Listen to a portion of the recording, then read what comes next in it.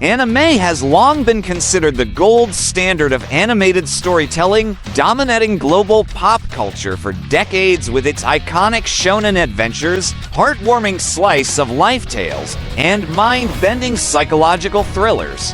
But while anime studios continue to recycle the same tropes and formulas season after season, a quiet revolution has been brewing just across the sea in South Korea.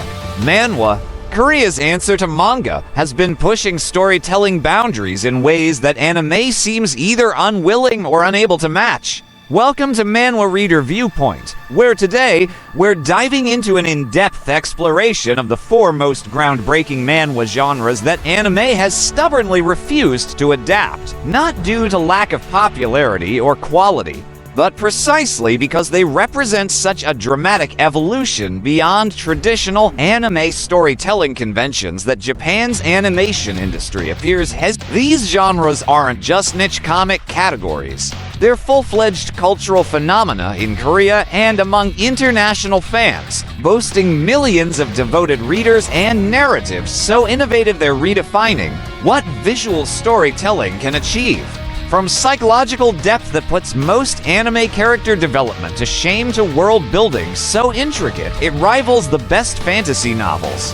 These manhwa genres demonstrate why Korea has become the new epicenter of comic innovation while anime plays catch-up, and why here at Manhwa Reader Viewpoint, we're committed to bringing you the most cutting-edge manhwa analysis you won't find. The first and perhaps most explosive genre that anime continues to ignore is the Dungeons and Towers, a storytelling revolution that takes the basic premise of shows like Sword Art Online and pushes it to terrifying, exhilarating new heights.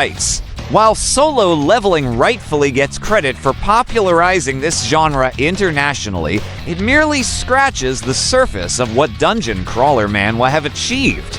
These stories create intricately designed worlds built around deadly towers, mystical gates, and brutal survival mechanics that make the stakes in most anime look trivial by comparison.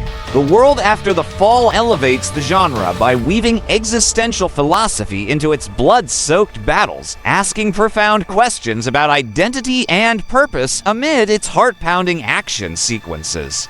Second Life Ranker combines a gut-wrenching revenge plot with RPG mechanics so meticulously crafted they would give Dark Souls designers pause. I Am the Sorcerer King merges political intrigue with magical combat in ways that make typical anime magic systems seem childish by comparison. The genius of these manhwa lies in their uncompromising commitment to real stakes. No convenient response, no plot armor protecting beloved characters, just raw, unfiltered survival against impossible odds. This stands in stark contrast to anime's current obsession with safe, predictable isekai stories where protagonists face little real danger and often spend more time building harems than confronting meaningful challenges. The dungeon crawler genre's refusal to pull punches is likely exactly why anime studios shy away. These stories demand a level of narrative courage and visual ambition that much of mainstream anime seems unwilling to muster. Transmigration Manhwa represent another seismic leap in storytelling that anime has failed to properly adapt, despite the superficial similarities to Isekai. While anime relies on tired tropes like truck-kun and video game interfaces, manhwa approaches the concept of being transported into another world with startling creativity and psychological depth. The male-oriented branch of this genre includes masterpieces like The Greatest Estate Developer, which combines laugh-out-loud humor with genuine engineering ingenuity as its modern-day protagonist revolutionizes a fantasy kingdom's infrastructure. This series alone delivers more creative world building and character development than a dozen seasonal isekai anime combined. Tyrant of the Tower Defense game blends strategy gaming mechanics with ruthless political maneuvering in ways that would require anime studios to completely rethink their approach to game-based storytelling. On the female-oriented side, works like The Villainess turns the Hourglass and I Became the Wife of the Male lead take romance and drama to astonishing new heights. offering female protagonists who actually drive the narrative through their intelligence and agency, rather than serving as passive love interests. What sets these transmigration stories apart is their treatment of the central conceit as a profound psychological challenge rather than just a narrative gimmick. The protagonists don't just accept their new reality, they analyze it, manipulate it, and often fight desperately to change their predetermined fates. This creates a level of tension and intellectual engagement that most anime isekai can't hope to match, as they're too busy focusing on wish fulfillment fantasies and harem antics. The sophistication of Manhwa's approach to transmigration highlights exactly why anime's isekai genre feels increasingly stale by comparison. The Murim genre stands as perhaps the most glaring example of anime's missed opportunities, representing a storytelling tradition so rich and complex it makes most anime martial arts shows look simplistic by comparison. Murim Manhwa creates sprawling sagas that blend breathtaking martial arts with intricate political maneuvering, all set against meticulously researched historical backdrops or fantastical reimagining of ancient Korea.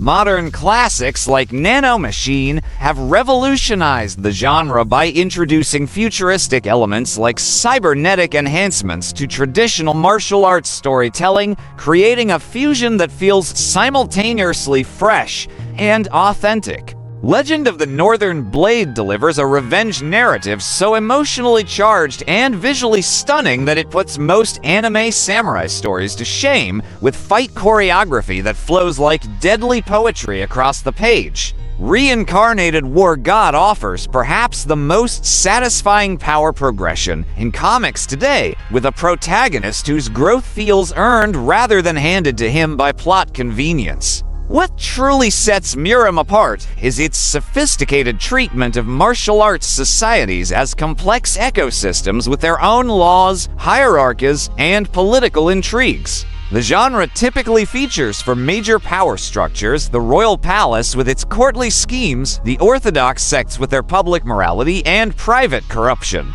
the unorthodox clans operating in society's gray areas, and the terrifying demonic cult embracing forbidden arts. This creates a dynamic narrative environment where alliances constantly shift, moral absolutes crumble under scrutiny, and every character operates within a rich historical context. Modern Murim Manhwa have moved far beyond the simple good versus evil dichotomies that still dominate anime martial arts stories, instead presenting morally ambiguous worlds where every faction has compelling motivations and the line between hero and villain constantly blurs. This level of narrative sophistication requires a commitment to long-term storytelling and character development that most anime seasons, constrained by 12-episode formats and production committee demands, simply can't accommodate. The Murim genre's depth and complexity stand as both its greatest strength and the likely reason anime has struggled to properly adapt it. Manhwa's VR gaming narratives reveal anime's stagnation.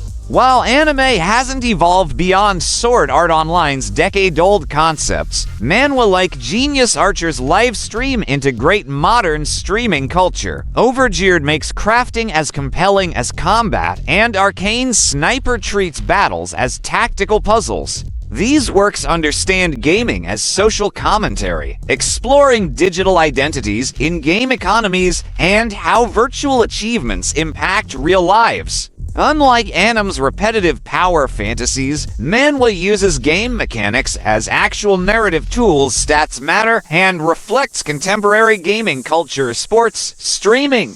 This innovative approach demands anime producers evolve beyond comfortable formulas, which explains why these groundbreaking stories remain exclusively in Manhwa's domain. Anime's reluctance to adapt these manhwa genres reveals an industry prioritizing safety over innovation. While manhwa thrives on moral complexity and ambitious world building, mainstream anime clings to merchandise-friendly formulas. Occasional standouts prove anime's potential, but its systemic avoidance of challenging material speaks volumes. Manhwa's creative freedom produces fresher, smarter stories, from political intrigue to psychological depth, that redefine comic storytelling. As global audiences shift toward these daring narratives, anime risks being left behind. The irony: the very qualities making manhwa exceptional, its boldness, complexity, and respect for readers, are what keep it off anime screens. For those seeking stories that both thrill and challenge, manhwa is clearly leading visual storytelling's future. But these four genres are just the beginning, the tip of the iceberg in manhwa's storytelling revolution. What about the psychological thrillers that make Death Note look tame? The dystopian survival sagas that put Attack on Titan to shame? Or the romance manhwa that outright every shoujo anime with their gut-wrenching emotional depth? From supernatural horror to sci-fi epics that rival Ghost in the Shell, manhwa has entire libraries of untapped genius that anime still refuses to touch. So stay tuned, because in Part 2, we're exposing the next wave of manhwa masterpieces, the ones so controversial, so ahead of their time, that even Korean studios hesitated to adapt them. Hit subscribe and turn on notifications, because you do not want to miss what's coming. The question isn't whether anime will finally wake up, it's whether you're ready to discover the stories they're still too scared to show you.